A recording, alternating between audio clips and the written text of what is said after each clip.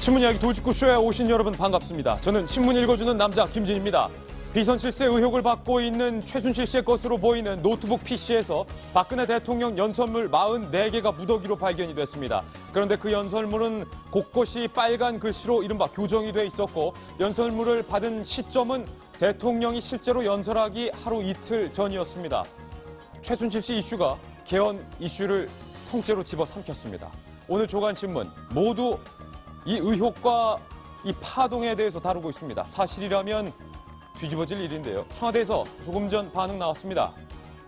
연설문 유출, 모든 경위를 파악 중이다. 청와대에서 경위를 파악 중이다라는 답변 이외에 그 어떤 답변도 내놓지 못했습니다. 잠시 후 이 내용도 집중적으로 다뤄봅니다.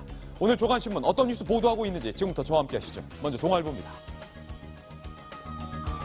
동아일보 1면에서 보도하고 있습니다. 비선실세 의혹 최순실 PC에 대통령 연설물 관련 파일 44개, 연설물이 아닌 다른 파일은 더 많았다고 합니다.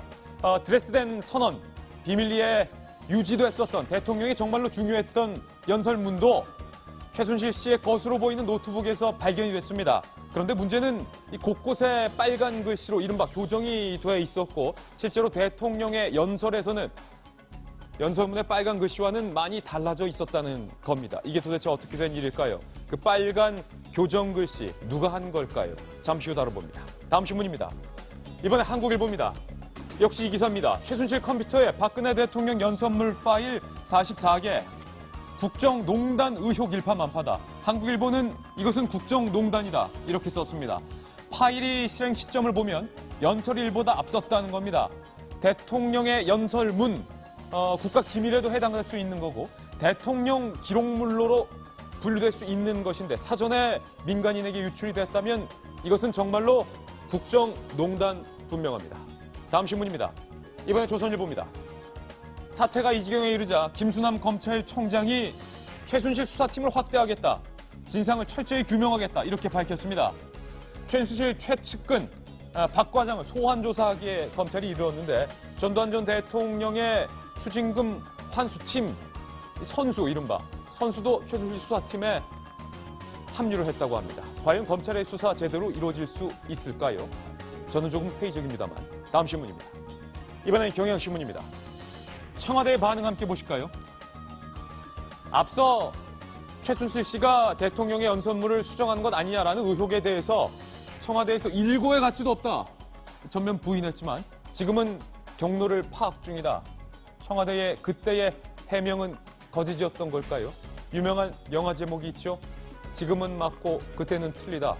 진실은 왜 이렇게 변하는 걸까요? 다음 신문입니다. 이번엔 한겨레 신문인데요. 돌리면 나옵니다. 한겨레 신문 1면입니다. 이 최순실 씨 문건 유출 파문이 일자 어제 대통령의 이 개헌 제안도 결국은 위기 탈출용 최순실 개헌 아니냐라는 의혹이 나오고 있습니다. 특히 야권에서는 대통령의 개헌 제안에 대해서 이거 최순실 의혹을 덮기 위한 것이다라는 공세를 퍼붓고 있습니다. 다음 신문입니다. 이번엔 서울신문 1면입니다. 대통령의 개헌 제안에 대해서 여당은 즉각 개헌을 논의하겠다라는 입장이고 두 야당은 국면 전환용이다라는 입장입니다. 물론 김종인 더불어민주당 전 대표는 개헌은 바람직하다라고 찬성의 의견을 표명했습니다. 박근혜 대통령이 이 개헌을 고민한 것은 실제 추석 연휴 이후부터 구체적으로 고민을 해왔다고 합니다. 그런데 시기적으로 참 좋지 않은 것 같습니다. 다음 신문입니다. 이번엔 중앙일보인데요. 역시 돌리면 나옵니다.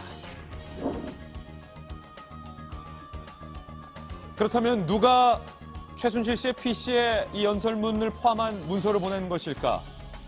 그 문서 작성 아이디의 주인공은 청와대에 있는 대통령 최측근이 쓰고 있는 아이디와 일치했다고 합니다.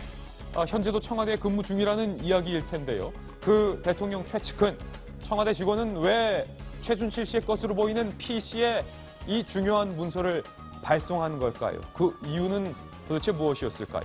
오늘 저희 돌직구쇼 최순실 게이트에 주목해보겠습니다. 여러분께서는 지금 고품격 뉴스토크 신문 이야기 돌직구쇼를 시청하고 계십니다.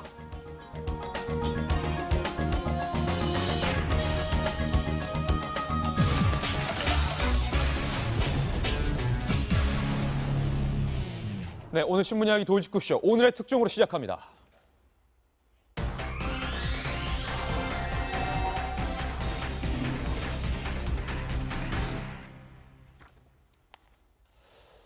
연설문 44개, 비선실세 의혹을 받고 있는 최순실 씨의 것으로 보이는 PC에 담겨 있었던 박근혜 대통령의 연설문 몇 부를 제가 출력을 해봤습니다. 자세히 한번 보실까요? 한반도 평화 통일을 위한 구상, 그렇습니다. 박근혜 대통령의 유명한 드레스덴 선언인데요. 보시면 빨간색 글씨로 중간중간 이렇게 교정이 돼 있는 걸 볼 수 있습니다. 뒷장을 보더라도 빨간색 글씨로 중간중간 교정이 돼 있는 부분을 확인할 수 있습니다. 실제로 이 빨간색에 교정이 돼 있는 부분은 실제 대통령의 연설에서는 연설문 초안과는 다르게 발언을 했던 것으로 확인이 됐습니다. 잠시 후 저희가 하나씩 대조해 볼 텐데요. 이 드레스덴 연설문뿐만 아닙니다. 다음 연설문을 한번 보면요. 대통령 당선인 신년사라는 제목이 보이죠. 신문용이다. 그리고 또 다른 문서를 보면 대통령 당선인 신년사인데 재수정된 버전이다.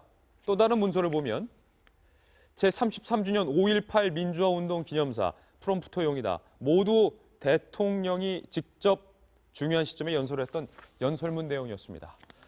궁금증은 도대체 이 대통령의 연설문이 사전에 왜 최순실 씨의 것으로 보이는 노트북에 발송이 됐는가? 그리고 이 빨간 글씨의 정체는 무엇인가? 오늘 저희 돌직구쇼에서는 이 궁금증에 집중을 해보겠습니다.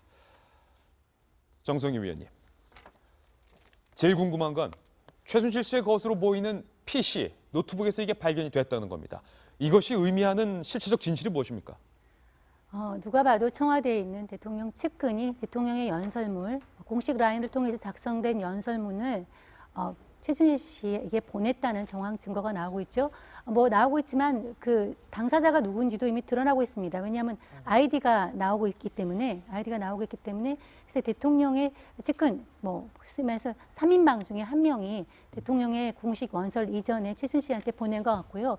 최순실 씨는 이거를 본인의 이제 아이디에서 딸 이름인 유연의 또 PC로 저장을 해서 거기에서 이제 수정을 한 다음에 다시 보낸 것 같습니다. 예. 아직 이런 광고가 있죠. 무엇을 상상하든 그 이상이다. 저는 지난번에 분명히 이 자리에서 그럴 리가 없다고, 대통령의 연설문을 최순실 씨가 봤을 리가 없다고, 고쳤을 리가 없다고 얘기를 했는데 제가 상상하기를 뛰어넘는 그런 그 일이 일어났고요. 이거는 누구와 봐도 비선에 대한 국정농단이자 국기문란이라고 해석할 수밖에 없을 것 같습니다. 믿기가 어렵습니다. 믿기가 어렵다. 현재로선 최순실 씨의 노트북이 분명해 보이는데요. 저희가 출력을 좀 해봤습니다. 최순실 씨 PC에서 발견된 문건, 조금 전에 제가 제 손으로 흔들었던 이 문건에는 아까 보셨던 것처럼 곳곳이 빨간 줄로 표시가 돼 있었습니다. 이 빨간 부분으로 교정돼 있는 부분, 과연 대통령의 실제 연설 때는 어떻게 달라졌는지 저희가 몇 군데만 발췌해봤는데요. 출력물 통해서 만나보시죠. 최순실 PC에 있는 국무회의 자료 부분입니다. 좀 자세히 보실까요? 2013년 8월 4일에 최종 수정이 됐고 대통령이 실제로 연설한 날짜는 8월 6일이었습니다. 그런데 빨간 글씨로 교정이 돼 있는 부분은 바로 이 부분이었습니다. 추가로 준비하고 있는 주제 2. 기관 칸막이 제거, 정보 개방, 공유, 협업 관련, 국세청, 관세청 칸막이 세금 1,000억 원 놓쳤다. 첫 연설문 초안에는 이렇게 돼 있었는데 이틀 뒤 대통령의 연설에서 이렇게 달라졌습니다. 들어보시죠. 새 정부는 출범 때부터 정보의 공유와 개방, 부처 간 칸막이 제거, 협업 강화 등을 지속적으로 강조해 왔습니다. 그런데 최근에 감사원의 감사 결과를 보면 정보의 개방과 공유가 행정부처 간은 물론이고 중앙정부와 지자체, 행정부와 사법부에 이르기까지 국가 전반에 걸쳐 미흡한 것으로 지적이 되었습니다. 이렇게 달라졌습니다. 과연 이 부분만 달라졌을까 싶어서 44개 문서 중에 대통령이 유명했던 연설, 드레스덴 연설 빨간 교정 부분도 저희가 출력을 해봤는데 함께 보시죠. 2014년 3월 27일 빨간 글씨로 교정이 됐던 부분이고 대통령의 실제 연설은 28일 하루 뒤에 있었습니다. 그러니까 대통령이 연설하기 하루 전에 최순실 씨의 PC로 보이는 노트북으로 연설문이 발송이 됐다는 것이죠. 원래는 저는 통일을 준비하는 과정에서 3가지 원칙을 지켜나가고자 합니다. 첫째, 둘째, 셋째가 있는데 둘째, 통일 시대를 위한 공동 발전의 원칙입니다. 50년 전 당시 독일을 방문하셨던 한국의 대통령은 라인강의 기적을 이룬 독일에서 한국의 희망을 보았습니다. 라는 부분이 원안에 있었는데 이 모든 부분이 빨간 글씨로 교정이 돼 있었습니다. 실제 이 교정된 부분이 대통령의 연설에서 어떻게 달라졌는지 직접 들어보시죠. 저는 이 자리에서 평화 통일의 기반을 만들기 위해 북한 당국에게 3가지 제안을 하고자 합니다. 둘째, 남북한 공동 번영을 위한 민생 인프라를 함께 구축해 나가야 합니다. 그 당시 독일을 방문하셨던 한국의 대통령은 라인강의 기적을 이룬 독일의 기적을 한국에서도 이룰 수 있다고 생각하셨습니다. 유출된 문건 44개와 관련해서 저희는 3가지 의혹에 주목해 보겠습니다. 첫 번째 의혹을 함께 보시죠. 충격의 최순실 파일 44개, 청와대 문건 누출 파문, 그것이 궁금하다. 첫 번째 의혹입니다. 방금 보셨듯이 대통령의 실제 연설에서 달라졌던 이 빨간 글씨는 도대체 누가 쓴 것인가? 라는 첫 번째 의혹에 집중을 해보겠습니다. 윤태곤 실장님, 정말로 있어서는 안 될 충격적인 사건의 정황과 발단이 드러난 셈인데 이 빨간 글씨 도대체 누가 쓴 걸까요? 뭐를 어디서부터 저도 이야기해야 될지 예. 모르겠는데요. 일단 저 시스템적인 거에 대해서 조금 말씀을 드려보자면은 일단 이게 다가 아닐 가능성이 매우 높습니다. 최순실 씨가 여러 사무실을 운영을 했고 저 같은 경우에도 저희 집의 컴퓨터, 사무실의 컴퓨터, 제 스마트폰에 가지고 다운받는 이제 문서들이 있는데 여기에 보면은 2014년 특정 시점까지고 한 대 노트북에 있는 44개이기 때문에 더 있을 개연성이 이제 충분하고요. 그럼 청와대에서 이게 어떻게 나갔느냐? 청와대 시스템을 보면은 청와대에서는 내부가 인터넷이 아니라 인트라넷망입니다. 그러니까 닫혀 있는 시스템 속에서 이제 정보가 이제 직원들하고 왔다 갔다 한다는 거죠. 그리고 다른 이제 유관기관, 공직사회하고 할 때는 또 행정망이라는 이제 인트라넷을 통하게 돼 있습니다. 그리고 바깥쪽으로 이제 쓰려고 하면은 아주 이제 어려운 절차들을 거쳐가지고 보안 승인을 득해서 바깥에 뭐 포털 메일이라든지 이런 데로 이제 보낼 수가 있거든요. 예. 그런데 이거는 제가 알기로는 포털 메일을 통해 가지고 간 것이고 만약에 최순실 씨 컴퓨터에 청와대 인트라넷이 깔려 있었다고 그건 더 말도 안 되는 거죠. 말도 안 되는 일이죠. 그러니까 이래도 말도 안 되고 저래도 말도 안 되는 건데 결국 뭐 바깥으로 나갔을 거다. 그리고 이런 정도면은 어떤 실무자가 자기가 알아서 유출한 게 아니라 쭉 항상 이제 검토를 받았을 수밖에 없다. 그리고 하나 더 이 빨간 글씨에 대한 건데 JTBC 보도 중에 약간 그런 내용이 있어요. 첫 번째 보도 중에 최순실 씨가 이 문서를 받아가지고 바깥에다가 나갔다가 다시 들어올 수 있었다. 그런 개연성이 있다는 보도가 있거든요. 이게 무슨 말이냐면은 뭐 최순실 씨가 얼마나 능력이 뛰어난 사람인지 제가 예. 모르겠습니다만은 외교, 안보, 경제, 행정, 뭐 감사원 모든 사안에 대해 문건을 다 받아봐가지고 빨간 펜으로 했는데 본인이 혼자 하기 어려웠을 게요. 그럼 바깥에 또 누구가 자기가 자문을 구하는 사람이 있었다는 건데 예. 이것은 정말로 말이 안 되지 않습니까? 예. 그리고 하나 더 마지막으로 지적하고 싶은 건요. 100번 양보해서 대통령하고 아주 가까운 사람이니까 어떤 의견을 물어봤다. 그것도 옳지 않지만 그렇다 치고 이 사람이 이 보안을 이렇게 할 수가 있습니까? 컴퓨터에 이걸 그대로 둬가지고 뭐 디가우징 이런 포맷까지는 바라지도 않고 삭제도 안 하고 컴퓨터를 내다 버렸다는 거 아니에요. 예. 그래서 이걸 기자들이 주워가지고 다른 절차를 밟은 게 아니라 그냥 하드디스크를 찾아보니까 턱턱턱 나왔다고 하는 거니까 이건 이분이 평소에 대통령에 대해 가지고 저는 어느 정도로 생각하는지 예. 대통령을 정말로 위하려고 하는 사람인지 뭐 어느 정도 수준으로 생각하는지를 알 수가 없겠네요. 이수경 칼럼니스트, 드레스덴 연설뿐만 아니라 박근혜 대통령의 국무회의 때 발언할 모두 발언 연설물까지 최순실 씨의 것으로 보이는 PC에서 발견이 됐는데 그 국무회의 발언 문서 내용에는 대통령 비서실장을 누구로 교체할지에 대해서도 이틀 전에 문서에 다 적시돼서 최순실 씨의 PC에 발송이 됐다는 건데 그 연설문의 빨간 글씨가 최순실 씨가 이 부분은 대통령님 고치세요라고 교정을 했다라고 우리가 현 상태에서 단정 지을 수는 없지만 그렇다고 한다면 네. 그 빨간 글씨는 도대체 누가 쓴 것이냐? 그러니까요. 그러니까 저도 예전에 뭐 이렇게 캠프에 있을 적에 보면은 위에서 정책하시는 분들이 교수나 이런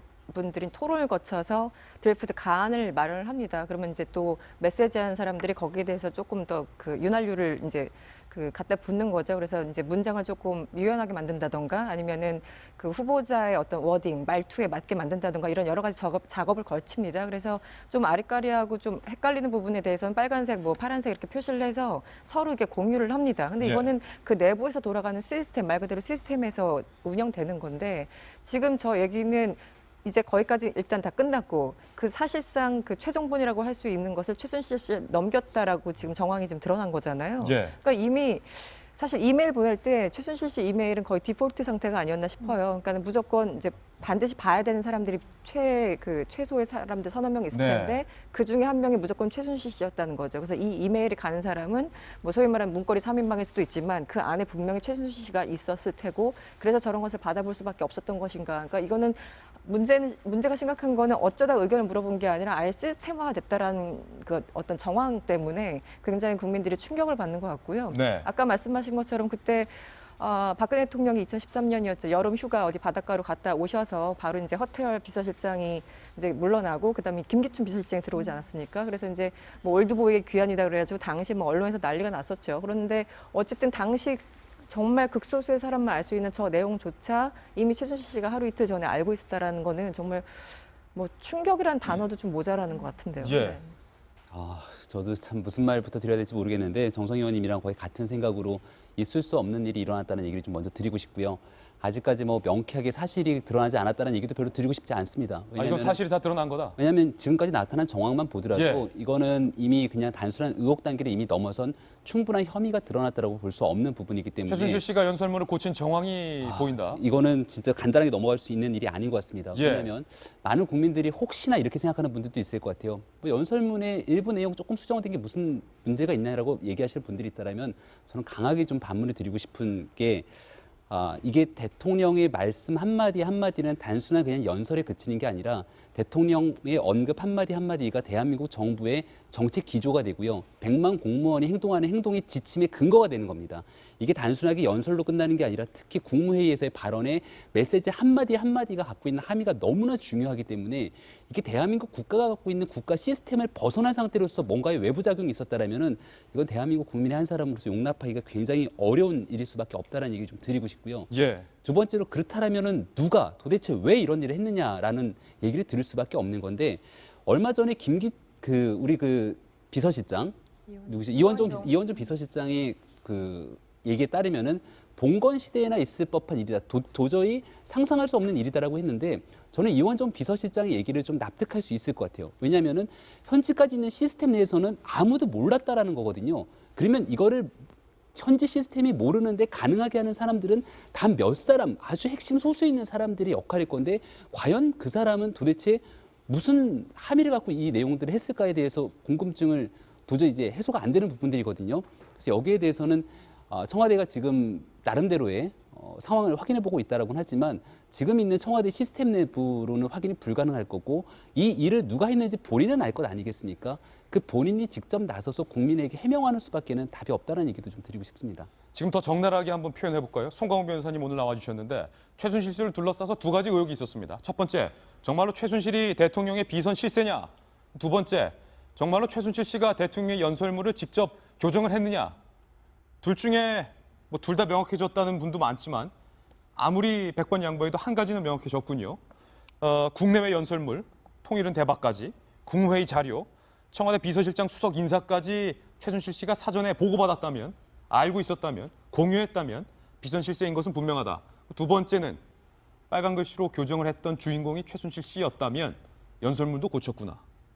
지금 며칠 전에 그 측근 고영태 씨가 그 증언하기를 그 최순실은 그 연설문 고치는 게 취미다 해서 그 국정감사실에서 이원종 비서실장이 아니라고 했거든요. 근데 지금 사실로 드러났죠. 저는 어저께 그 뉴스 보면서 이거 참 이게 어떻게 된 일인지 저는 국정에 있는 입지도 아니고 평범한 유권자이지만 이건 내일이라는 생각이 확 들어버렸어요. 우리가 개헌을 얘기하는 거 오늘로 끝이 아닐까요? 개헌 얘기 누가 관심이 있을까요? 오히려 이건 그야말로 국기를 흔든 사건이어서 비서실장도 그만두셔야 되고 대통령도 오늘이나 내일 빨리 나와서 해명하셔야 될 일이 돼버렸죠. 법률적으로 굉장히 심각한 문제입니다. 예. 이게 범죄인데 지금 제가 법조인들 친구들하고 좀 긴급하게 좀 토의를 했더니 예.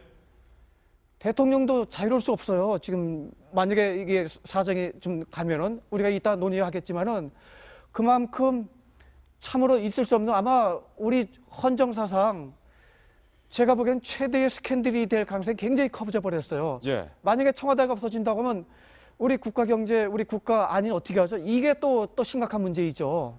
이제 이 상태가 된다고 하면은 대통령의 리더십도 근간부터 흔들린다고 하면은 앞으로 남은 1년 4개월 어떻게 누가 어떤 방식으로 대한민국 이끌어갈 수 있죠? 이것도 참으로 생각하기 어려운 문제가 돼버렸어요. 예. 빨간 글씨의 주인공에 대해서 첫 번째 의혹이었습니다. 두 번째 의혹도 있습니다. 함께 보시죠. 청와대는 당혹 속에서 입을 아끼고 있습니다. 침묵하고 있습니다. 누가 최순실에게 청와대의 비밀문서를 전달했는가? 조금 전 나왔던 청와대 반응 속보부터 다시 한번 전해드리겠습니다. 청와대에서 정영국 대변인이 백브리핑에서 이렇게 말했습니다. 최순실의 연설문 유출된 것들에 대해서 모든 경위에 대해서 파악 중이다. 모든 경위에 대해서 파악 중이다. 보도경위. 하루 전에 의혹이 제기됐고 하루가 지난 오늘까지도 청와대의 공식적인 답변이 아직 나오지 않은 셈입니다. 경위를 파악 중이다. 도대체 어떤 경위를 파악하겠다는 건지 저로서는 잘 이해가 되지 않는데요. 이 의혹에 대해서 앞서 이원종 비서실장 이렇게 해명했었습니다. 그 말씀 들었을 때 정상적인 사람이라면 믿을 사람이 있겠습니까? 그거는 처음에 저도 기사 봤을 때 실소를 금치 못했습니다. 중요도도 그러니와 지금 시스템으로 성립 자체가 안 되는 얘기죠. 아니 봉건 시대에도 있을 수 없는 얘기가 어떻게 그런 것이 밖으로 활자화되는지 정말 개탄스럽습니다. 그거는 사실 입에 올리기도 싫은 성립이 안 되는 얘기입니다. 어제 저 기사가 나온 다음에 댓글을 좀 유심히 봤습니다. 예. 밤늦게 나온 기사임에도 불구하고 뭐 1000여 개의 댓글들이 아주 순식간에 달렸죠. 아, 최순실 대통령이었구나라는 얘기부터 뭐 동네 반상회도 이렇게는 진행되지 않겠다. 그리고 정말 국기문란과 내통을 한 사람들은 바로 저 문서를 밖으로 유출한 사람들이다라는 정말 그 험악한 얘기들이 굉장히 많이 달렸습니다. 그러니까 국민들은 여기 사실은 이거예요. 그러니까 분노를 넘어서 믿기가 어렵고 사실 믿고 싶지 않은 지금 그런 상황인 거죠. 심정적으로 굉장히 지금 무너져 있는 상황이라고 어떻게 보면은 그 얘기가 될 수 있을 텐데 저는 이원종 비서실장이 솔직히 말하면 위증했다고 생각하지 않습니다. 몰랐을 거라는 생각이 훨씬 듭니다. 이원종 비서실장도 당시에 모르고 저 발언했을 거다. 그러니까요. 저 워딩을 보면 봉건 시대나 가능한 일이고 이게 정상적인 사람이라면 이 기사 내용을 믿겠느냐고 했는데요.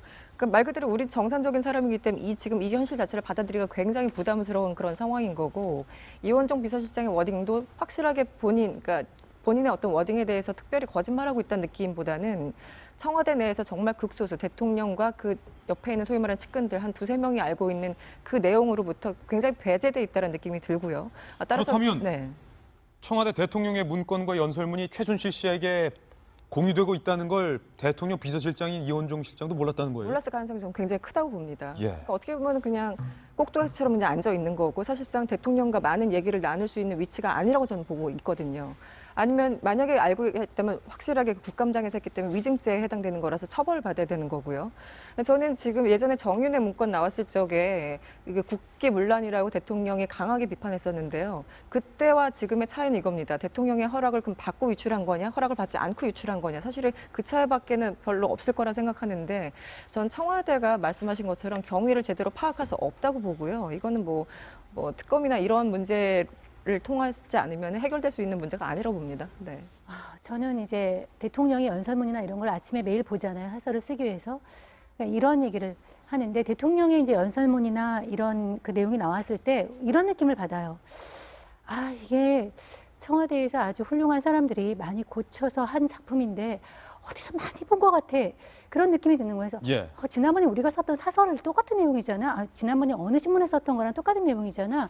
농어에서 대통령이 신문을 되게 열심히 보시는구나. 나는 그렇게 생각했습니다. 예. 근데 지금 생각해 보니까 우리 많이 들어갔던 우리가 바로 전날에 썼던 뭐 사설이나 또 여론 이런 것들을 가지고 유사한 단어들이 되게 많이 들어가 있던 느낌이 최순실 씨가 고치면서 자기가 뭐에 근거해서 고쳐야 되니까 많이 나와 있던 사설이나 이런 걸 가지고서 참고해서 소위 말해서 보수 신문을 좀 참고해서 손댄 거 아닌가 하는 그 정황이 좀 그런 생각이 들어서 의문이 좀 확 풀린다. 왜냐하면 너무 좀 우리가 썼던 그런 내용하고 우리가 직접 썼으니까 사설이나 이런 내용을 너무 유사한 그런 게 많이 들어가 있어 그런 느낌을 하나 받고요. 예. 근데 이원정 이제 실장 같은 경우는 지금 얘기한 대로 몰랐을 가능성이 있어요.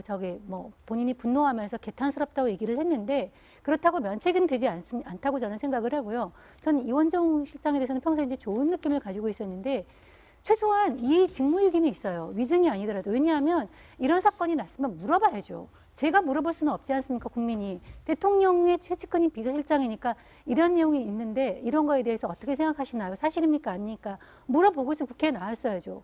그러니까 아무 얘기도 못하고 나와서 비서의 그 대표가 아무 일도 못하고 나와서 그럴 리가 없다고 얘기를 하면 안 되죠. 그건 직무유기로서 책임을 져야 되고 저는 사표 받아야 된다고 생각합니다. 비서실장이 대통령에게 애초에 이 의혹이 제기됐을 때 이게 사실입니까? 묻지도 못한 죄는 직무유기로 사표 내야 된다 말씀하셨는데 최순실 씨의 PC에서 발견된 연설문 발송된 시점과 실제 대통령이 연설한 시점에는 상당한 시차가 있습니다.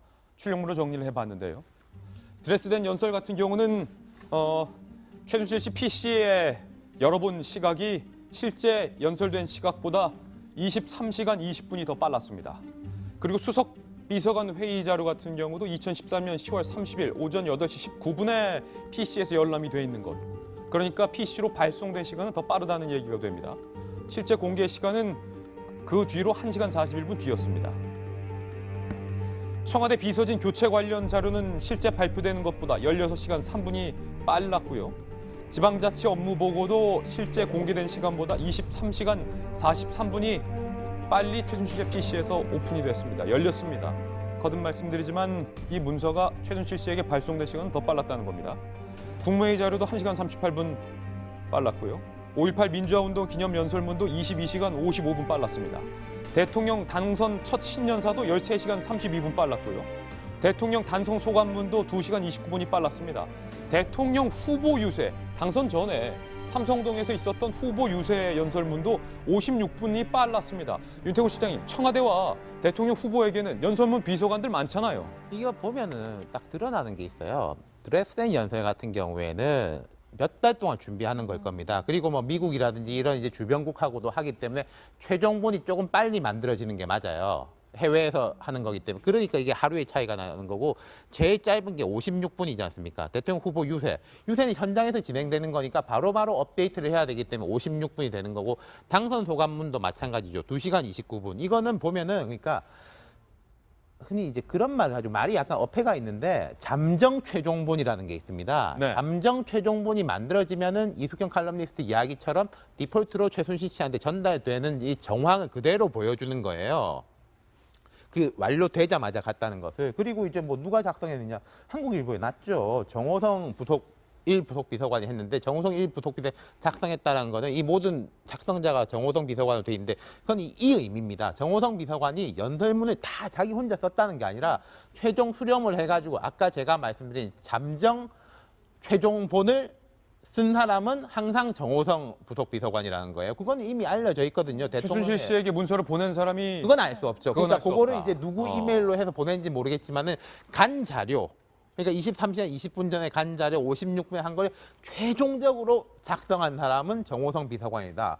그럼 전달한 사람도 그 정도 되는 위상인 사람이 아니면은 전달할 사람이 없겠죠. 그리고 하나 더 이제 이건 뭐 처벌 쪽에서도 이야기 나올 수 있겠지만은 이제 검찰이 머리가 아파질게요. JTBC가 이 컴퓨터를 검찰에 제출했다고 했습니다. 그러면 한 말이 이메일이나 메신저 같은 것을 조금 열어보면은 더 많은 게 나올 수 있을 텐데 개인정보의 문제 때문에 우리가 그런 건 열어보지 않았다라고 이야기했어요. JTBC가 어느 정도 갖고 있는지 저도 모르겠는데 검찰도 이제 그게 문제인 겁니다. JTBC가 뭘 갖고 있는지 검찰은 모르는 거예요. 얼만큼 이제 보도를 했는지. 그렇기 때문에 예를 들어서 검찰이 애매하게 정리를 해가지고 수사 결과를 발표했을 때 아니 이거 말고 이거 더 있는데라고 하면은 검찰은 뭐 말도 안 되는 상황에 처하는 거 아니겠습니까? 이제는 좀 여러모로 외통수에 몰려 있어요. 취재를 좀 해보니까 김병민 의원님, 예. 이 연설문을 문을 최순실 씨 PC로 발송한 사람도 한 특정 아이디를 쓰고 있는데 그 아이디를 쓰고 있는 청와대의 대통령 최측근이 아직도 청와대에 근무하고 있다. 네. 이 문서를 최종 작성한 사람은 정호성 비서관이다. 그의 준하는 최측근인 것으로 알려져 있는데 그는 왜 최순실 씨에게 이 문서를 보냈죠? 저도 참 이해할 수 없는 대목인데요. 최순실 씨가 과연 대한민국에서 가장 똑똑한 사람들이 모여있는 청와대에 있는 수많은 전문가들이 수정해낸 만들어낸 원고를 다시 한번 다듬을 있을 만한 능력이 있는 것인가에 대해서 이게 뭐 대한민국 국민이 누가 그렇게 생각을 하겠습니까? 그럼에도 불구하고 거의 한 몸처럼 움직였다라는 상황들을 우리가 좀 볼 수 있는데 그렇기 때문에 더 기가 차고 사실은 어찌 보면 믿을 수 없는 상황이 연출됐다라고 볼 수 있는 거죠. 아까 저는 이 시스템을 보면서 그 독해 시스템이 과거 정부부터 늘 있어 왔다라는 거거든요. 각 부처에서 대통령의 연설문을 만들기 위해서 초안은 부처가 만들지 않습니까? 올리면 그거를 대통령 연설기록 비서관이 다시 한번 초고를 재작성하고 그거를 장관, 수석 이렇게 모여갖고 뭐 노무현 정부 시절에 대통령이 직접 그 독해를 주관했다고 합니다. 그렇게 해서 돌려보는 과정을 거치게 되는데 현 정부에선 박근혜 대통령이 직접 독해를 주관하지 않았다는 거예요.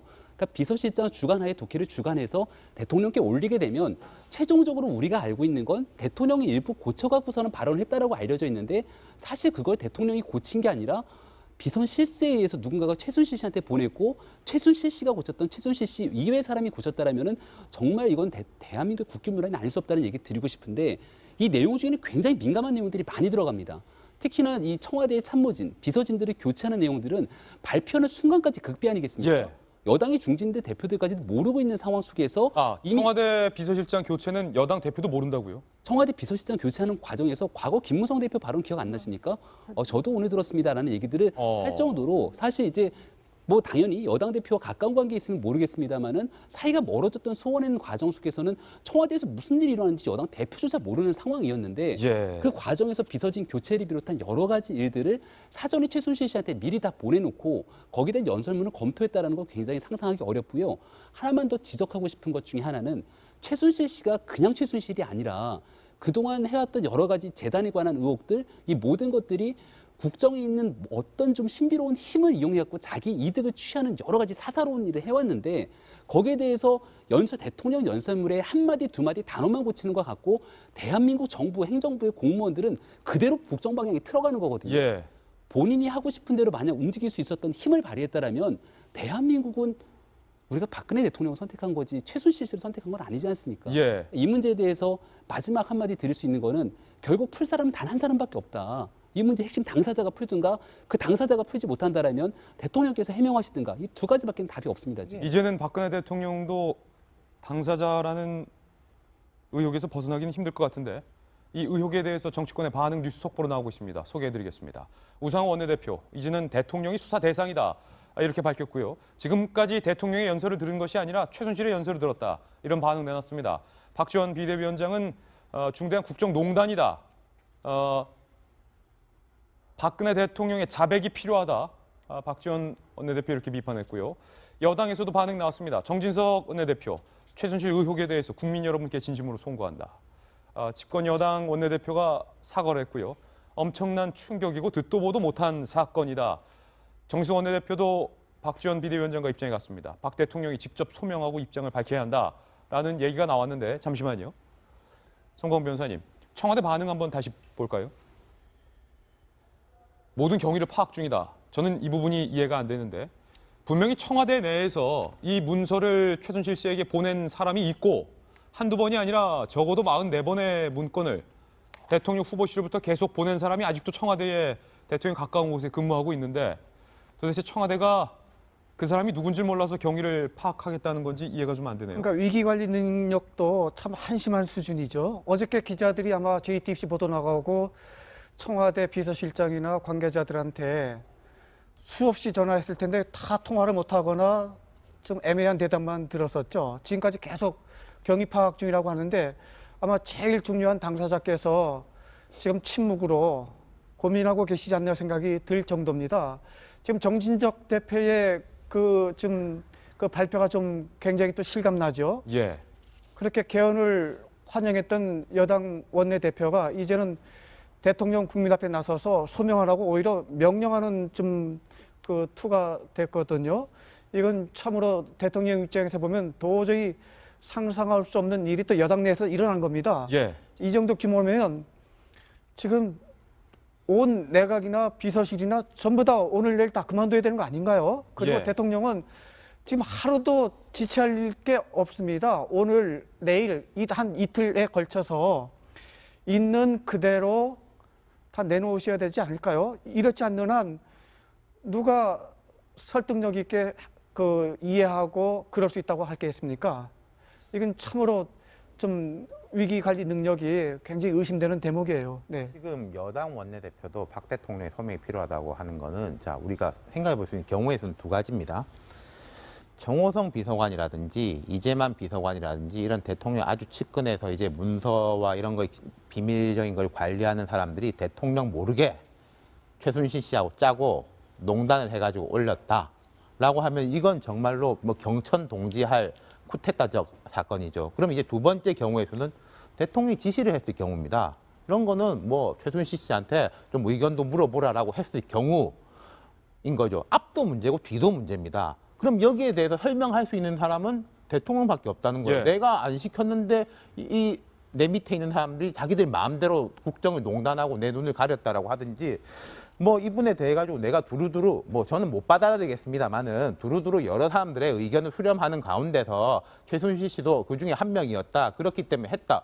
뭐 그런 건 있을 수 있지 않겠습니까? 외교 안보에 대한 거를 외교 안보에 관한 이제 저명한 학자라든지 이런 사람들한테 물어볼 수는 있겠죠. 그 과정이다라고 해명을 한다든지 그것도 뭐 여러 번 말씀드리지만 말이 안 되지만은 경우의 수는 둘 중에 하나밖에 없는 겁니다. 거기에 대해서 대답을 할 수 있는 사람은 대통령밖에 없는 것이고 그리고 법적인 문제 이 변호사님 나중에 설명하시겠지만은 모르겠어요. 대통령이 만약에 지시를 했을 경우에는 그 지시를 수행한 사람들은 정치적으로는 모르겠지만 법적으로는 면책이 될 수도 있을지도 예. 모르겠어요. 왜냐하면은 우리 가정에서도 가족 사이에서는 그 도둑질이라든지 절도죄가 성립이 안 되거든요. 그런 거와 비슷한 거겠죠. 그러면 어찌됐든 간에 대통령이 설명하셔야 되는 거죠. 법적인 얘기 나왔는데 저희가 준비한 의혹 세 번째가 바로 이 법적 공방입니다.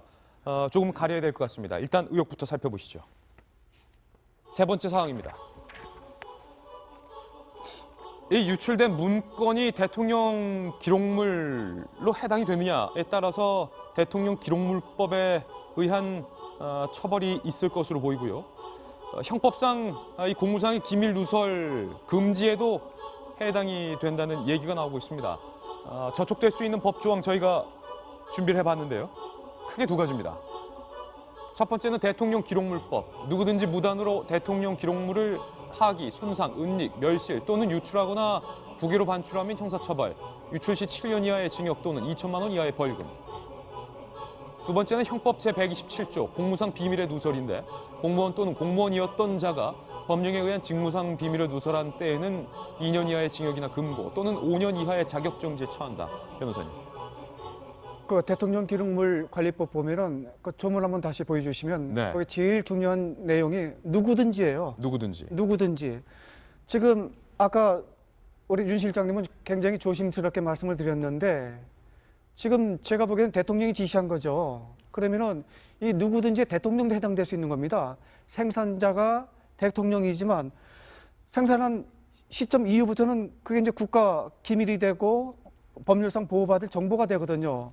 그러면은 이게 어떻게 진전될지는 모르지만 조금 제가 아주 절망적인 시나리오를 그린다고 하면은 대통령도 사실은 검찰 앞에 가서 조사받고 소명받고 그다음에 대통령 부속실이나 청와대 이 연설 관련해서 다 압수수색에 응해야 되는 거 아닌가요? 아니면 지금이라도 임의로 자료 다 제출하시고 그렇지만 나는 아니다라고 하든지.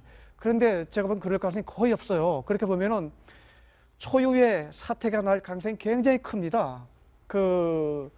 아마 모르긴 몰라도 오히려 새누리당 대표가 내일쯤이면 특검하자고 하지 않을까요? 올해 야당보다도 새누리당 대표가 대통령도 자유롭지 못하니까 우리가 먼저 특검법 발의하겠다 이런 저는 상황이 전개될 가능성이 굉장히 커져 버렸어요. 예, 물론 이 대통령이 직접 지시했다라고 저희가 단정은 지을 수 없는 상황이고 거듭 말씀드리지만 그 빨간 글씨를 최순실 씨가 직접 교정한 것이다라고도 단정 지을 수 없는 상황이라는 건 다시 한번 말씀드립니다. 문건이 유출됐다. 대통령의 기록물이다. 낯설진 않습니다. 네, 뭐 조홍천 비서관 그 박광천 경정 사건 뭐 기억나실 겁니다. 정인의 문건 때문에 워낙 유명했었죠. 그래서 지난해 9월에 검찰이 구형할 적에는 일단 혐의 자체는 대통령 기록물법 위반 혐의로 이제 됐고요. 결과만 말씀드리면 조홍천 비서관 같은 경우는 무죄 선고를 받았고 박 경장 같은 경우는 이제 공무상 기밀 누설로 해서 나중에 이제 또 뭐 뇌물 받은 것까지 해서 7년인가 구형을 받은 걸로 알고 있습니다. 나중에 좀 낮아졌지만 그래서 이제 일단 기본적으로 대통령 기록물법에 따르면은 만약에 이것이 위반됐을 경우는 최고 이제 3년 이하의 징역에 처해질 수 있고 또 그 공무상 기밀 유설 같은 경우는 2년 이하에 처해진다고 나와 있는데요. 당시 박관천 경장의 경우에는 두 가지였어요. 그러니까 대통령 기록물에는 해당되지 않지만 공무상 그 기밀 유출됐다라는 혐의에서는 그 적용받아가지고 결국 이제 법적인 처벌을 받게 됐는데요.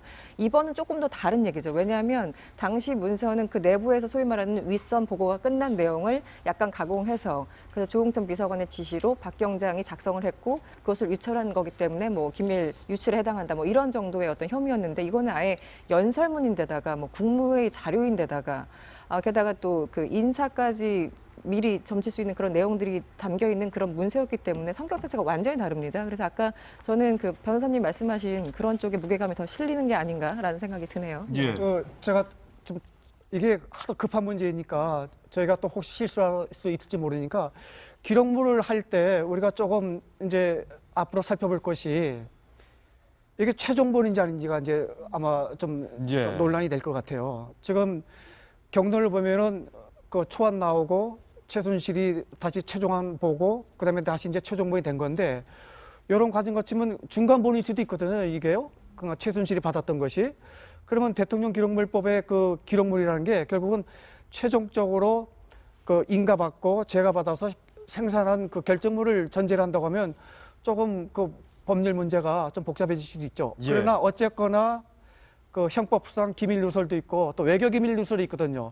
이런 부분 보면은 하여튼 그 최순실이 공범이냐가 이제는 쟁점이 아니고 청와대에 박 대통령이 책임에서 자유로우느냐 안 자유로우느냐 이게 나는 이제 핵심 쟁점이 될 가능성이 굉장히 커져 버렸어요. 예.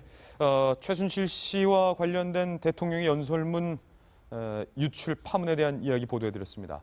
거듭 말씀드리지만 실체적 진실을 잘 알고 있는 당사자가 대통령 주변에 청와대의 핵심 측근으로 근무하고 있을 가능성이 크기 때문에 청와대의 반응이 나오면 저희가 반론권 차원에서 도직구쇼에서 실시간으로 뉴스 속보로 집중적으로 보도를 해드리겠습니다. 이번엔 저희가 준비한 다음 도직구 신문입니다.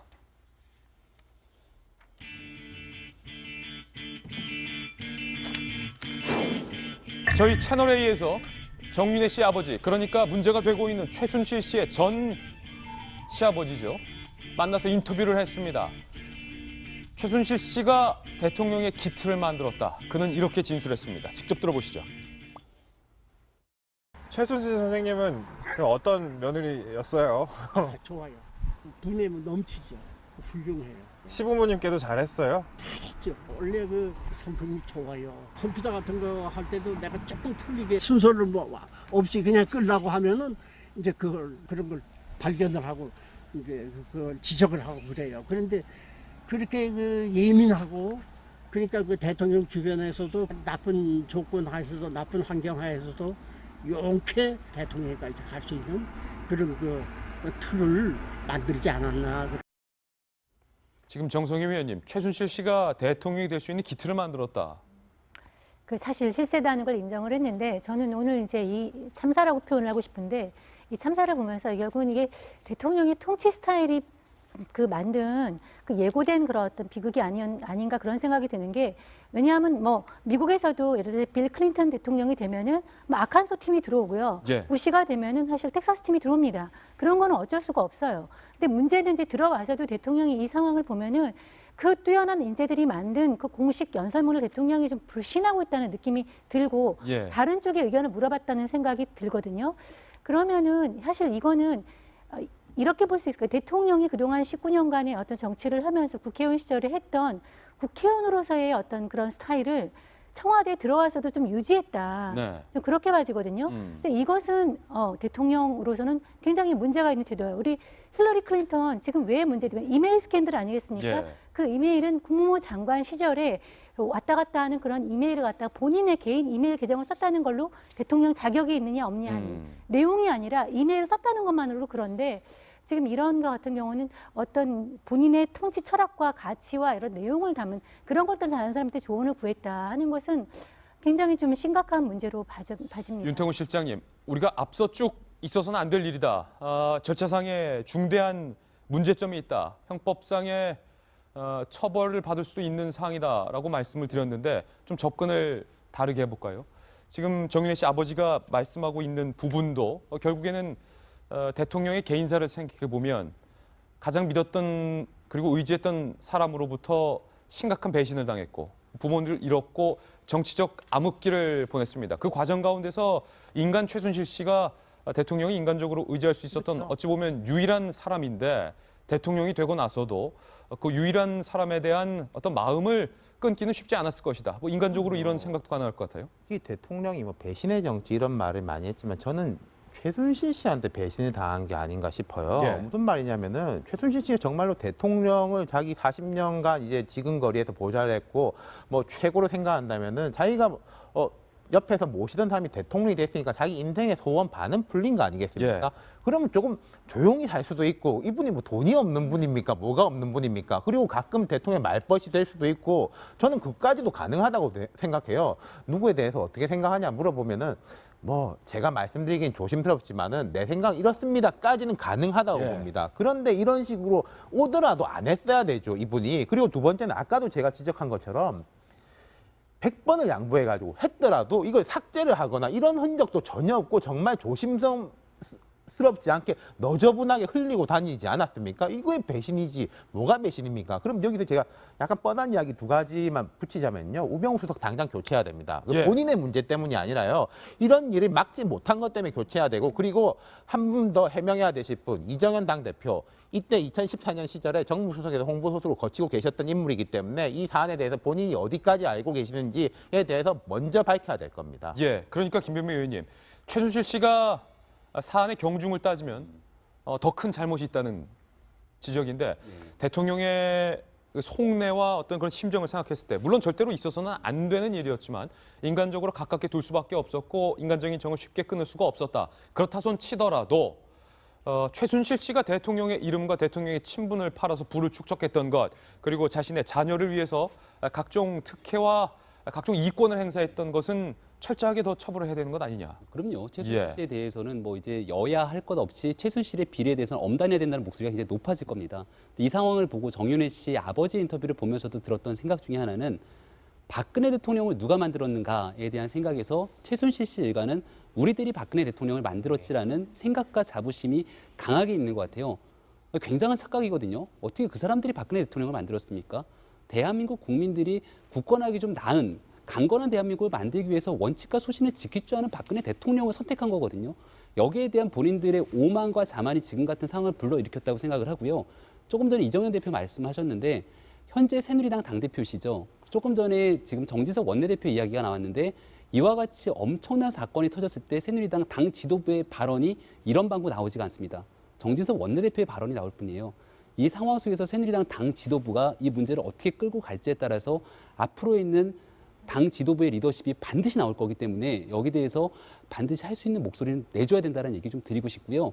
그리고 우병우 수석에 대해서는 이제 더 이상 뭐 드릴 말씀도 없습니다. 이거는 예. 우수석의 문제 떠나서 당장 특검으로 갈 수밖에 없는 상황이 초래됐기 때문에 오늘 내일 하루빨리 지체할 시간이 없다라는 얘기를 좀 드리고 싶습니다.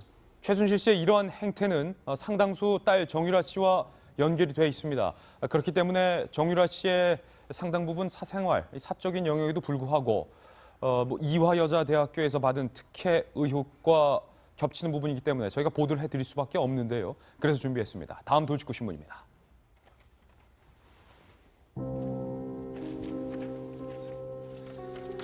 정유라 씨가 결혼을 했던 것으로 알려지고 있습니다. 그리고 출산 의혹에 대해서는 본인의 아들이 맞는 것으로 최종 확인이 됐습니다. 그리고 이화여자대학교에서 장기 결석했던 것도 결과적으로 이화여자대학교에서는 승마 대회 때문에 대체 학점을 인정해줬다라고 했지만 결혼과 출산 때문에 이화여자대학교 수업에 못 나갔던 것으로 정황상 보입니다. 그렇다면 이대에서는 한 학생의 출산과 결혼 때문에 학점을 준 꼴이 돼버리는데 그 외에도 또 다른 의혹이 제기됐습니다. 오늘 서울시 교육청이 현장 조사에 나서기로 했는데 이 칼럼 정유라 씨의 고교 시절로 돌아가 봅니다. 잦은 결석을 지적하는 담당 교사를 최순실 씨가 찾아가서 거칠게 항의하면서 돈 봉투까지 두고 갔다는 의혹이 제기가 됐고 교육청이 그래서 오늘 현장 조사까지 나선다고요? 그렇죠. 안민석 의원이 이제 교육 관련해서 여러 가지 좀 발언을 많이 하시는 분인데요. 여기에 대해서도 굉장히 좀 오랫동안 관찰을 좀 해오신 것 같아요. 그래서 고등학교 때 결석 일수가 131일이라고 지금 나오죠. 그래서 당시 이제 언론에서도 나왔었고 또 국회에서도 이 문제가 지적이 되자 당시 교육청이 조사를 나갔다고 해요. 그런데 여러 가지 뭐 근거 자료를 보고서는 당시에는 문제가 없었다라고 결론을 내렸다고 하는데 문제가 없었을 수 없죠. 아무리 그 체육 선수라고 해도 131일이면은 최소한 4, 5개월 정도 되는 그런 시간인데 저렇게까지 계속 결석하고도 아무런 문제 없이 졸업했다는 것 자체가 문제인 거고요. 더 큰 문제는 또 최순실 씨와 연결되는데 최순실 씨가 학교에 찾아가서 뭐 항의를 하고 거칠게 항의를 하고 뭐 돈 봉투를 놨다라는 그런 지금 보도까지 나오고 있지 않습니까? 그리고 그 이후에 그러자 승마협회에서 이 최순실 씨 딸 정유라 씨를 보호하기 위해서 또 공문을 보낸다고 해요. 예. 이건 지금 그 이제 시합 때문에 그런 거지 이거 학교를 안 가고 싶어서 그런 건 아니다라면서 승마협회에서 공문까지 보냈다고 하는데 그럼에도 불구하고 당시 어떻게 아무 그 무혐의 처리를 받았는지 저는 이해할 수가 없는 그런 상황입니다. 예, 네. 만약에 승마 대회가 없었는데 결석을 했고 그것을 출결이 인정해 줬다면 그 부분도 오늘 교육청이 현장 조사에서 시시비비를 가려야 할 것인데 김병민 의원님, 저희 채널A가 정유라 씨의 과거 페이스북 게시글을 또 하나 입수를 했는데 과연 이게 정유라 씨의 아들이 맞느냐라는 의혹이 있었는데 이런 페이스북이었습니다.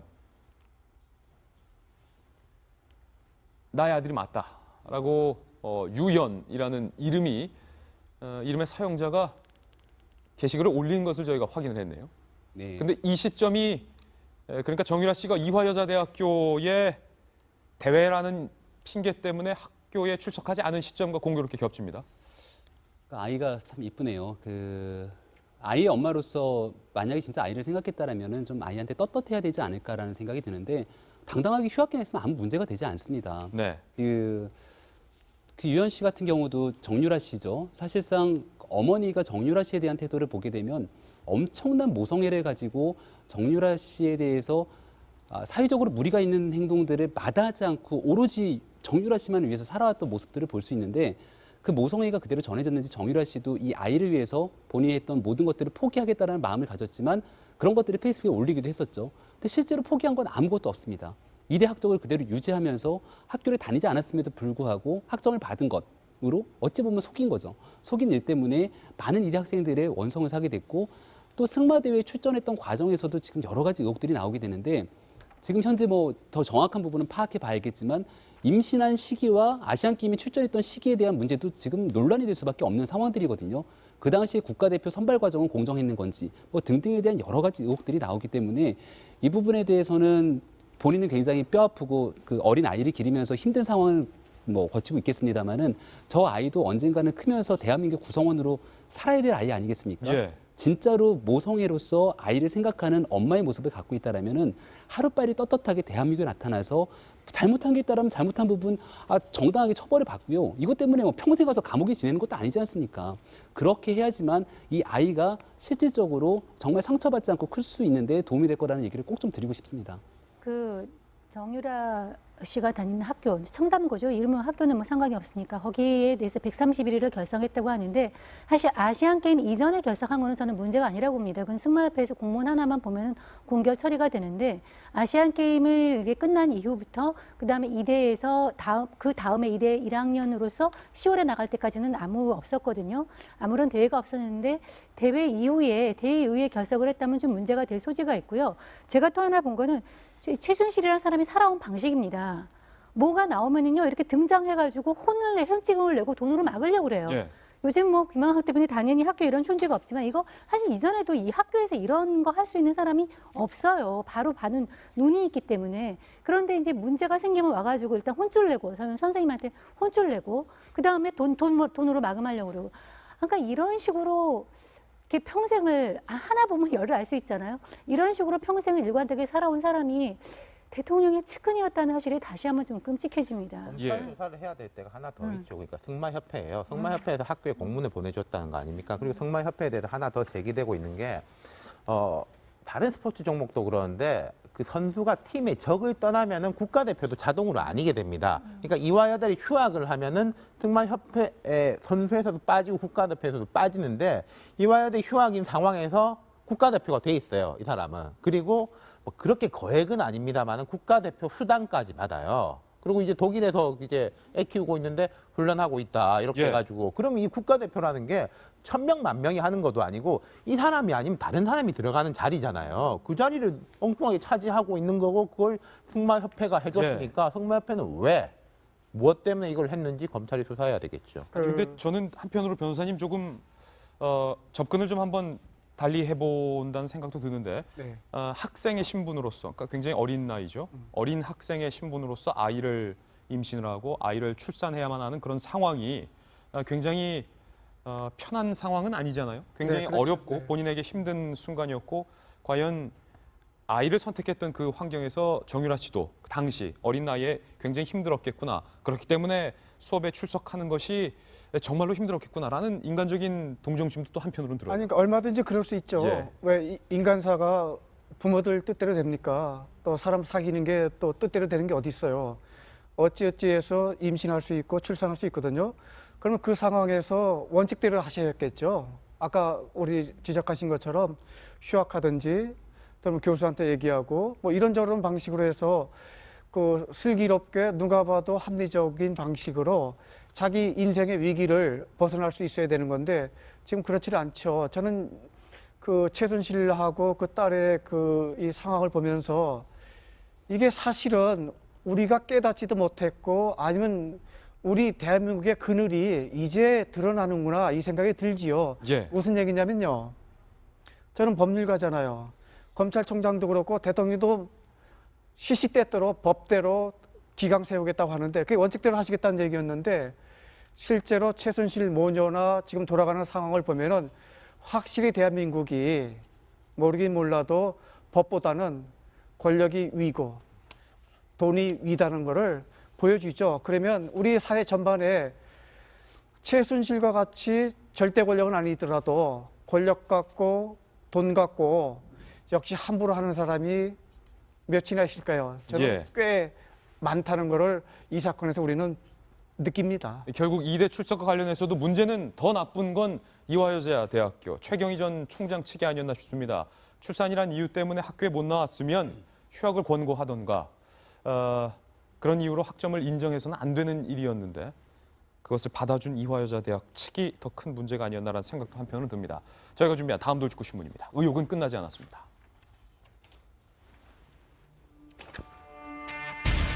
전두환 추징금 환수 팀장을 최순실 수사팀에 투입했습니다.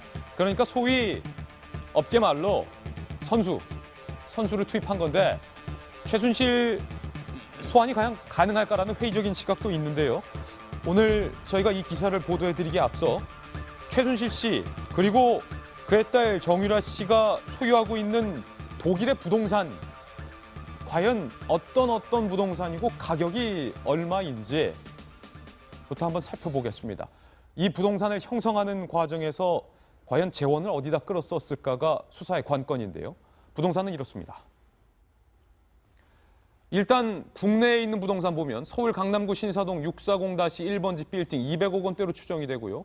강원도 평창군 용평면 도사리 일대 땅 7만 평은 시세 7억에서 10억 원대로 추정이 됩니다. 문제는 독일에 있는 부동산인데요. 헤센주 슈미텐 시골 마을의 첫 번째 슈미텐 브롬바호 승마학교의 인근 주택 올해 5월 이후 매입 추정된 건데 두 번째는 그 밑에 있습니다. 사진에 보이시죠? 쉔네 아우스지트 주택이 35만 유로 그러니까 4억 3천만 원가량 해당이 되고 그 밑에 볼까요? 주택이 두 채 더 있는데 바이센베르크 주택은 심지어 정유라 씨 명의로 구입이 된 주택인데 38만 유로. 그러니까 우리 돈으로 4억 7천만 원. 그리고 그 옆에 슈미텐 비텍 타우누스 호텔 2015년 11월에 매입한 것으로 추정이 되는데 55만 유로. 우리 돈으로 6억 8천만 원. 독일에 있는 부동산을 쭉 합쳐보니까 호텔 플러스 주택 4채, 5채가 한 20억 정도 소요된 것으로 파악이 됐습니다. 궁금한 건 이 칼럼. 아무리 돈이 많다고 하지만 뭐 일시불이었겠죠. 할부가 안 되니까. 일시불로 주택 5채에 20억. 과연 어디서 났을까? 이 금액이 혹시 K재단, 미르재단의 대기업이 투자한 그 돈을 전용한 것 아니냐라는 의심이 나옵니다. 의혹이 나오고 이제 그래서 검찰도 지금 들여다보겠다는 거 아니겠습니까? 그래서 미르재단이 이제 만들어진 게 지난 11월인가 그랬으니까 미르재단이 만들어진 건 10월이었습니까? 하여튼 그 이후부터 해서 몇 개월 사이에 단기간 내 저 많은 것들을 다 사들였다라는 거예요.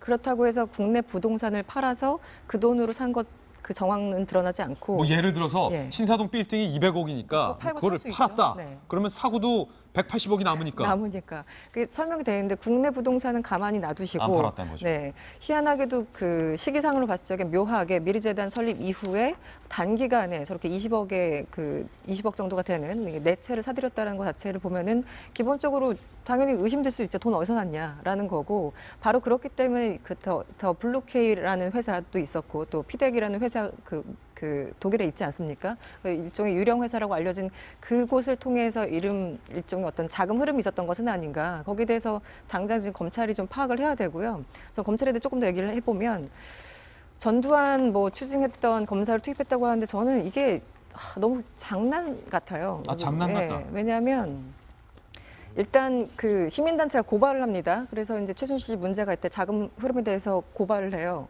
그런데 일주일 내내 끌다가 사실상 부동산을 전문으로 수사를 하는 그 형사 8부에 배당을 합니다. 그 네. 일주일 내내. 근데 참 묘하게 겹치는 것은 또 다른 어떤 보수 그 시민단체에서 문재인 전 대표를 고발했었죠. 그 송민수 회고록 관련해서 하루 만에 공안 일부에 배당을 합니다. 이거는 왜 하루 걸리고 저거는 왜 일주일 걸렸냐. 일단 시기 자체가 문제였고요. 당시 형사부 8부에 배당했을 적에 사실상 검사가 2명이었지만 사실상 실질적으로 검사 하는 사람은 주도적으로 하는 사람은 막내급 검사였다고 해요. 굉장히 젊은. 그러니까 사실상 그렇게 경력이 많지 않은 사람이 했다고 해서 비판이 일자 그럼 2명 더 투입할게. 그래서 찔끔찔끔해서 4명, 5명까지 늘어납니다. 그러다가 어제 나온 게 이제 그런 거예요. 7명 우리가 했다. 그래서 사실상 팀을 구성했다라고 얘기를 하는데 이런 과정을 보면 어떻게 검찰의 어떤 진정성을 누가 믿을 수 있을까? 예. 저는 거기에 대해서 굉장히 좀 회의적입니다. 네. 검찰에 대해서는 아마 이분이 제일 할 말 많지 않을까 싶어요. 송 변호사님. 김순환 검찰총장이 사과하시고 떠나셔야 됩니다. 이건 검찰이 아니에요. 오늘 떠나셔야 할 분 많네요. 검찰이 바로 서면 나라가 선단 말이 있잖아요. 예. 검찰이 정치적인 중립성을 지키고 여가 되든 야가 되든 이념으로 좌가 되든 우가 되든 중심을 딱 잡으면 대한민국이 꽤 잘 가는 겁니다. 압수수색을 지금 안 하고 있어요. 그리고 20일 날 대통령이 얘기하니까 그때부터 부랴부랴 하고 있는데 제 검사 출신 친구들 다 물어보니까 신용이래요. 별로 결과가 안 나올 것 같아요. 지금 모든 자료가 참고인들 부르고 피의자들 부르는데 다 아니라고 하겠죠. 그래도 김순환 검찰총장이 진상 철저히 규명하겠다고 했는데 그것도 신용인가요, 그럼? 아니 그러니까 그게 좀 믿을 만한 그 근거들을 좀 주셔야 되죠. 예. 총장님 참 이 대통령 사건이고 민감함에도 불구하고 참 노심초사 고민하시는 흔적이 많습니다. 이거를 국민들이 공감을 얻어야 되는데 어느 곳에 그 고민할 흔적이 없어요, 지금. 눈치만 보죠. 그래서 내년에 1월 인사가 있어요, 또 검찰 인사가. 그러면 거기 있는 간부들 제대로 수사할 수 있을까요? 검찰은요, 바보고 엉터리고 이런 검찰 당장 그만둬야 됩니다. 예. 송광훈 변호사께서 보시는 검찰은 그렇다라는 개인적인 의견을 말씀해 주신 거라는 거 다시 한번 네, 제 개인적인 의견이죠. 말씀드리는데 그런데 전두환 전 대통령의 추징금을 환수했던 환수팀 그 당시 대단했습니다. 잘했어요. 그러니까 소위 선수가 입장했는데 그래도 그렇게 생각하시는 것처럼 변함없이. 이게 만약에요. 최동욱 검찰총장이 지금 있었다고 하면 어떻게 됐을까요? 그 여자 문제만 없었다고 하면 나는 최 총장은 좀 달랐을 것 같아요. 그러니까 그만큼 그 얘기는 무슨 얘기냐면 뭐 꼭 그렇지는 않겠지만 총장의 의지에 따라서 대통령을 뛰어넘고 국민만 바라본다는 이 검찰 정신이 있다고 하면 저는 이렇게 안 갈 거예요. 이건 검찰 기강이 무너져도 끝을 모르는 그 바닥으로 좀 빠진 겁니다. 이 검찰 바보 검찰이에요. 예, 선수 입장도 그냥 신용일 거다. 네. 아니, 전두환 투쟁팀의 검사는 팀이 지금 투입이 됐다고 하는데 그 에이스가 누굽니까? 지난번에 그 비리 검사로 했던 김영준 검사 아니겠습니까? 아, 그분 저기 계시죠? 근데 지금 그 상당한 어떤 저걸 받고 지금 들어가 있는데 그러면 정말 실력 있는 사람이라면 잠깐 형집행 정지시켜서 와가지고 수사를 해야 된다는 얘기인데 이게 지금 얘기한 대로 우리 검찰의 안타까운 현실이고요. 예. 사실 저는 의지만 있으면 최순실 데려오는 거 문제 아니라고 생각합니다. 아, 그래요? 아까도 뭐 정치인들이 어느 정치인이 얘기했죠. 인터폴과 협조해서 그 최순실 그 모녀 그 국내에 와가 조사하라고. 이거 사실 국민들이 보고 싶어합니다. 이거는 뭐 법률적인 행위이기도 하지만 정치적인 행위예요. 국민들은 이런 부분에 대해서 정의가 실현되기를 원합니다. 근데 사실은 저는 못 데려오거나 오늘 검찰 얘기에 따르면 외국이라 뭐 계좌 추적도 안 되고 압수수색도 안 되고 뭐 쉽지가 않다라는 코멘트가 나는데 말이 안 되는 소리죠. 왜냐하면은 저기 아기가 있어요. 아기가 있기 때문에 활동 반경이 제한적일 수밖에 없습니다. 예. 더더욱이나 오늘 교도에 따르면은 아까 해외 부동산이 20억대요. 말 한 마리가 10억인데 말까지 같이 살아왔다는 거예요. 예. 10억짜리 말 어떡할 겁니다. 아, 같이 데리고 다닐 거 아니에요. 말이 나도- 10억인데 그 말이랑 지금 같이 그렇죠. 다니고- 말도 살아왔다는 거거든요. 예. 그럼 아기 있고 말 있고 그리고 이제 일가 가족인데 그거를 검찰이 뭐 어떤 정보망을 동원해서도 못 잡는다? 말이 안 되죠. 아니, 이거 그야말로 하나만 내가 말씀드려. 정말 엉뚱한 궁금증인데 변 선생님 잠시만요.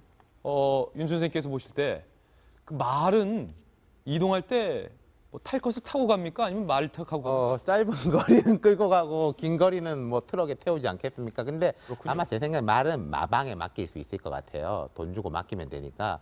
근데 한 10여 명이 되니까 여기는 이제 추적이 가능할 것이고요.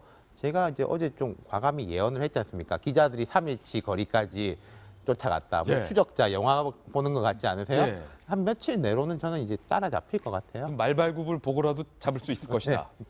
제가 검찰 엉터리라고 하는 근거를 하나 더 말씀을 드릴게요.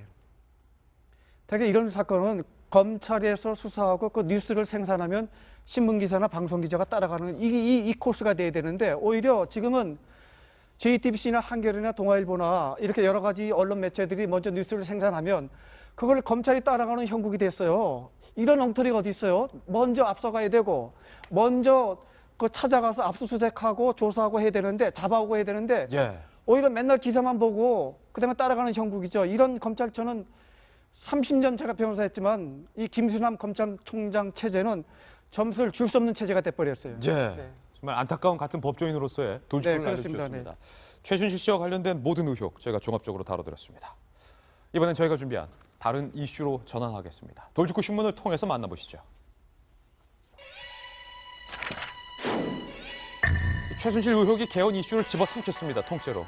그럼에도 불구하고 우리 한국 사회에 있어서 정말로 중요한 의미를 갖고 있기 때문에 저희 돌직구쇼에서 보도를 합니다. 박근혜 대통령이 임기 내 개헌 완수하겠다. 어제 충격 선언을 했습니다. 정치권은 반응이 두 갈래로 나뉘었습니다. 찬성하는 정치인도 많고 반대하는 정치인도 많습니다. 저희가 출력물로 준비를 해봤습니다. 하나씩 뜯어보겠습니다. 함께 보시죠. 임기 내 완수하겠다. 박근혜 대통령이 이렇게 밝혔는데 이 개헌 카드가 정치를 뒤흔들고 있습니다. 첫 번째,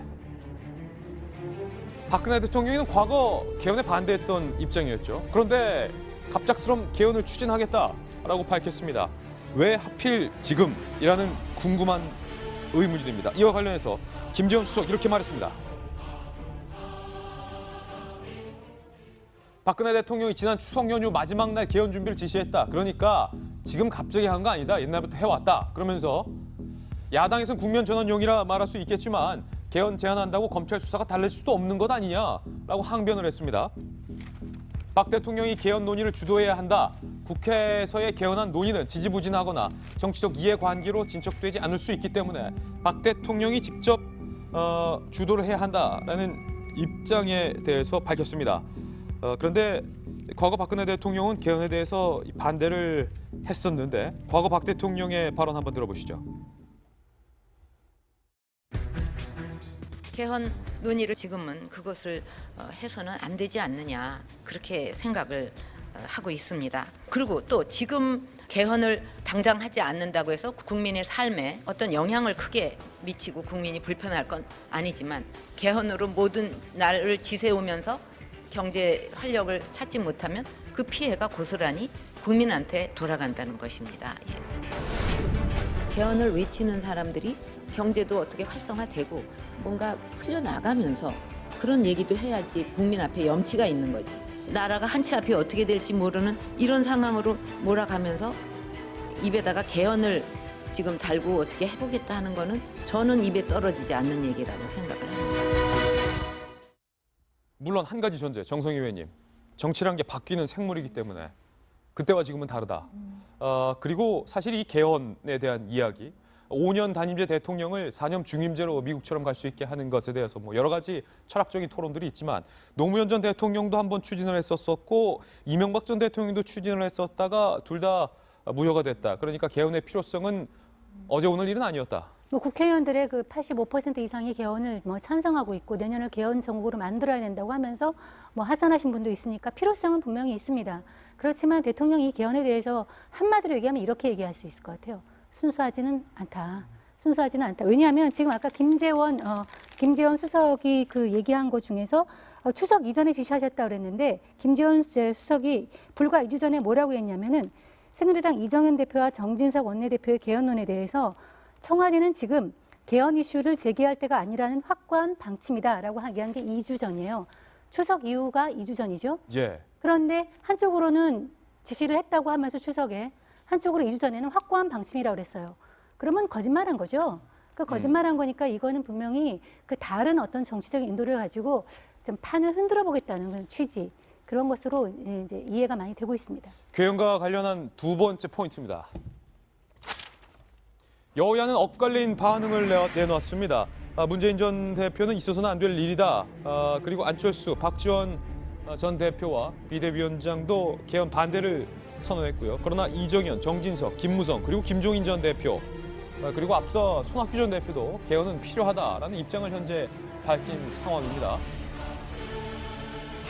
그렇다면 국민투표를 할 사안인데 과연 임기 내 개헌 완수가 가능할까라는 궁금증이 있는데 김병민 전 의원님, 이 개헌이 된다면 사실은 문재인 전 대표 입장에서는 야, 내가 야권에서 1등인데 좀 나의 지위를 흔들려는 음해하려는 것 아니냐라고 발끈하겠지만 사실 새누리당의 비박 대권 주자들과 반 총장, 안철수 전 대표, 손학규 전 대표 입장에서는 개헌되면 유리하죠? 개헌으로 유리한 군수 후보들이 있을 거고요. 반기문 유엔 사무총장 같은 경우는 박근혜 대통령이 얘기하고 있는 개헌이 달갑지가 않을 겁니다. 지금 상황 속에서 6공화국의 대통령에 대해서 전권 행사하는 대통령이 돼야지만 이 꿈을 꾸고 있는 사람이 문재인 전 대표, 반기문 유엔 사무총장 등등일 건데 반기문 유엔 사무총장이 만약 분권형 대통령제로 권력을 빼버리고 넌 외치만 하고 나머지는 친박계 총리가 다 할 거야. 과연 달갑겠습니까? 여기에 대해서 별로 좋게 생각하는 사람이 많지 않기 때문에 저는 개헌은 결국 성공하기는 어렵다고 봅니다. 예, 매사에 있어서 진정성이 가장 중요합니다. 특히 정치적 이슈에서는 그 진정성이 가장 무엇보다 중요한 건데 최순실 게이트와 의혹을 털어내지 않는 이상 이 개헌론이 진정성 있게 진행되긴 힘들 것 같습니다.